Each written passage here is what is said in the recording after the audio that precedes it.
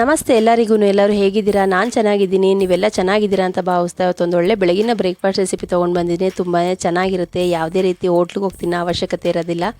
ಮನೇಲೇ ನಾವು ಮಾಡಿ ತಿನ್ನೋದ್ರಿಂದ ಹೆಲ್ದಿಯಾಗಿರುತ್ತೆ, ಆರೋಗ್ಯವಾಗಿರುತ್ತೆ, ಮಕ್ಳಿಗೂ ಕೂಡ ಇಷ್ಟ ಆಗುತ್ತೆ, ಮನೆ ಮಂದಿಗೆಲ್ಲ ಇಷ್ಟ ಆಗುವಂಥ ರೈಸ್. ಇವತ್ತು ನಾನು ಮಾಡ್ತಾಯಿರೋದು ವೆಜಿಟೇಬಲ್ಸ್ ಫ್ರೈಡ್ ರೈಸ್ ಮಾಡ್ತಾಯಿದ್ದೀನಿ. ಇದಕ್ಕೆ ಯಾವುದೇ ರೀತಿ ಸಾಸ್ ಬಳಸಿಲ್ಲ, ನಾನು ಹಾಗೆ ಮಾಡ್ತಾ ಇರೋದ್ರಿಂದ ತುಂಬಾ ಆರೋಗ್ಯಕ್ಕೂ ಒಳ್ಳೆಯದು, ತುಂಬ ರುಚಿಯಾಗಿರುತ್ತೆ.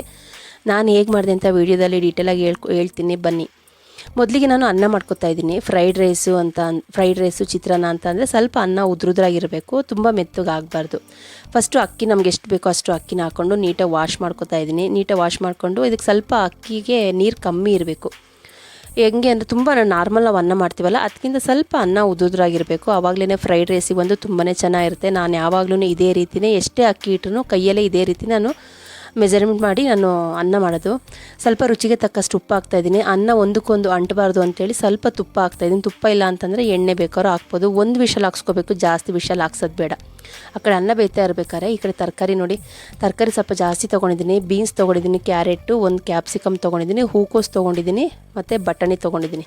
ಬೇಕು ಅಂತಂದರೆ ಇದಕ್ಕೆ ನೀವು ಪನ್ನೀರ್ ಕೂಡ ಹಾಕ್ಬೋದು, ಮತ್ತು ಇಲ್ಲ ಅಂತಂದರೆ ಸ್ವೀಟ್ ಕಾರ್ನ್ ಕೂಡ ಹಾಕ್ಬೋದು. ನಾನು ಇವಾಗ ಇದನ್ನೆಲ್ಲ ಕಟ್ ಮಾಡ್ಕೊತೀನಿ. ಇದು ಫ್ರೈಡ್ ರೈಸ್ಗೆ ಅಂತಂದರೆ ಸ್ವಲ್ಪ ತರಕಾರಿನ ಚೆನ್ನಾಗಿ ಕಟ್ ಮಾಡ್ಕೋಬೇಕಾಗುತ್ತೆ.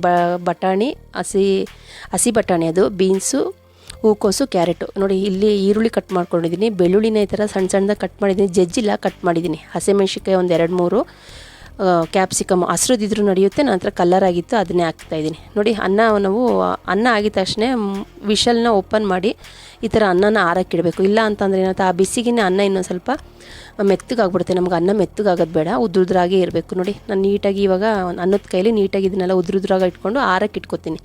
ಇದಕ್ಕೆ ಫ್ರೈಡ್ ರೈಸ್ ಮಾಡೋದಕ್ಕೆ ದೊಡ್ಡ ಪಾತ್ರೆ ತೊಗೊಂಡಿದ್ದೀನಿ. ಪಾತ್ರೆಗೆ ಸ್ವಲ್ಪ ಎಣ್ಣೆ ಹಾಕ್ತಾಯಿದ್ದೀನಿ. ಎಣ್ಣೆ ಬಿಸಿ ಆಗ್ತಿದ್ದಂಗೆ ಜೀರಿಗೆ. ಇನ್ನು ಯಾರೆಲ್ಲ ನಿಸರ್ಗ ಕುಕಿಂಗ್ ಚಾನಲ್ನ ಸಬ್ಸ್ಕ್ರೈಬ್ ಮಾಡ್ಕೊಂಡೆ ನೋಡ್ತಾ ಇದ್ದೀರೋ ದಯವಿಟ್ಟು ಸಬ್ಸ್ಕ್ರೈಬ್ ಮಾಡ್ಕೊಂಡು ನೋಡಿ. ಇಷ್ಟವರೆ ಲೈಕ್ ಮಾಡಿ, ನಿಮ್ಮ ಫ್ಯಾಮಿಲಿ ಫ್ರೆಂಡ್ಸ್ಗಳು ಶೇರ್ ಮಾಡಿ ನನ್ನ ವೀಡಿಯೋನ. ಎಲ್ಲ ಸ್ಕಿಪ್ ಮಾಡಿದಾಗ ನೋಡಿ. ಸಾಸಿವೆ ಹಾಕಿಲ್ಲ, ಜೀರಿಗೆ ಎಲ್ಲ ಹಾಕಿದ್ಮೇಲೆ ಬೆಳ್ಳುಳ್ಳಿ ಕಟ್ ಮಾಡಿ ಇಟ್ಕೊಂಡಿದ್ದಲ್ಲ, ಬೆಳ್ಳುಳ್ಳಿನ ಹಾಕ್ತಾಯಿದ್ದೀನಿ. 2 ಹಸಿಮೆಣ್ಸಿನ್ಕಾಯಿ ಹಾಕ್ತಾಯಿದ್ದೀನಿ. ಹಸಿಮೆಣ್ಸಿನ್ಕಾಯಿ ನೋಡಿ ಹಾಕ್ಕೊಳ್ಳಿ, ನಾವು ಪೌಡ್ರು ಬೇರೆ ಹಾಕೋದ್ರಿಂದ ಖಾರ ಕಮ್ಮಿ ಹಾಕಬೇಕಾಗುತ್ತೆ. ಈರುಳ್ಳಿ ಉದ್ದುದ್ದ ಕಟ್ ಮಾಡ್ಕೋಬೇಕು. ಈರುಳ್ಳಿನ ಸಣ್ಣದಾಗಿ ಉದ್ದುದ್ದ ಕಟ್ ಮಾಡಿರೋಂಥ ಈರುಳ್ಳಿ. ಸ್ಟವ್ನ ಹೈಯಲ್ಲೇ ಇಟ್ಕೋಬೇಕು, ಸ್ಟವ್ನ ಸಿಮ್ ಮಾಡಬಾರ್ದು. ಯಾಕಂದರೆ ಫ್ರೈಡ್ ರೈಸು ಅಂತ ಅಂದರೆ ನಮಗೆ ತರಕಾರಿ ಜಾಸ್ತಿ ಬೇಯಬಾರ್ದು. ಇದಕ್ಕೆ 1 ಕ್ಯಾಪ್ಸಿಕಮ್ ಹಾಕ್ಕೊಂಡಿದ್ದೀನಿ. ಕಲ್ಲರ್ದಾರು ನಡೆಯುತ್ತೆ, ಹಸ್ರದಿದ್ರೂ ನಡೆಯುತ್ತೆ. ನೋಡಿ ನಾನು ಸ್ಟವ್ನ ಹೈಯಲ್ಲೇ ಇಟ್ಕೊಂಡು ಚೆನ್ನಾಗಿ ರೋಸ್ಟ್ ಮಾಡಬೇಕಾಗುತ್ತೆ, ಸೀಸ್ಬಾರ್ದು. ತರಕಾರಿ ಈ ಕಡೆ ಬೇಯಲೂಬಾರ್ದು. ನೋಡಿ ಬೀನ್ಸ್ ನಾನು ಒಂಥರ ಉದ್ದುದ್ದಕ್ಕೆ ಕಟ್ ಮಾಡ್ಕೊಂಡಿದ್ದೆ. ಉದ್ದುದ್ದ ಕಟ್ ಮಾಡಿದಂಥ ಬೀನ್ಸು, ಕ್ಯಾರೆಟು, ಹೂಕೋಸು ಇದನ್ನೆಲ್ಲ ಚೆನ್ನಾಗಿ ಫ್ರೈ ಮಾಡಬೇಕಾಗುತ್ತೆ. ನಾವು ಇದಕ್ಕೆ ಯಾವುದೇ ರೀತಿ ನೀರು ಹಾಕೋಂಗಿಲ್ಲ, ಈ ಎಣ್ಣೆಲೇ ಚೆನ್ನಾಗಿ ಫ್ರೈ ಮಾಡಬೇಕು. ಸ್ಟವ್ನು ಕೂಡ ಸಿಮ್ಮಲ್ಲಿ ಇಟ್ಕೋಬಾರ್ದು. ಇದಕ್ಕೆ ಸ್ವಲ್ಪ ರುಚಿಗೆ ತಕ್ಕಷ್ಟು ಉಪ್ಪು ಹಾಕ್ಬಿಟ್ಟು ಚೆನ್ನಾಗಿ ಮಿಕ್ಸ್ ಮಾಡಬೇಕಾಗುತ್ತೆ. ಫ್ರೈಡ್ ರೈಸಲ್ಲಿ ಏನು ಅಂತಂದರೆ ಚೆನ್ನಾಗಿ ಮಿಕ್ಸ್ ಮಾಡೋದ್ರಲ್ಲೇ ಇರೋದು. ಇದಕ್ಕೆ 1 ಬಾಟ್ಲು ನಾನು ಹಸಿ ಬಟಾಣಿ ಹಾಕ್ಕೊಂಡಿದ್ದೀನಿ. ಹಸಿ ಬಟಾಣಿ ಇಲ್ಲ ಅಂತಂದರೆ ಇದ್ರ ಜೊತೆಗೆ ಸ್ವೀಟ್ ಕಾರ್ನ್ ಬೇಕಾದ್ರೆ ಹಾಕ್ಕೋಬೋದು, ಅದು ಚೆನ್ನಾಗಿರುತ್ತೆ. ಪನ್ನೀರ್ ಕೂಡ ಹಾಕ್ಕೊಂಡು ಮಾಡ್ಬೋದು, ಅದು ಚೆನ್ನಾಗಿರುತ್ತೆ.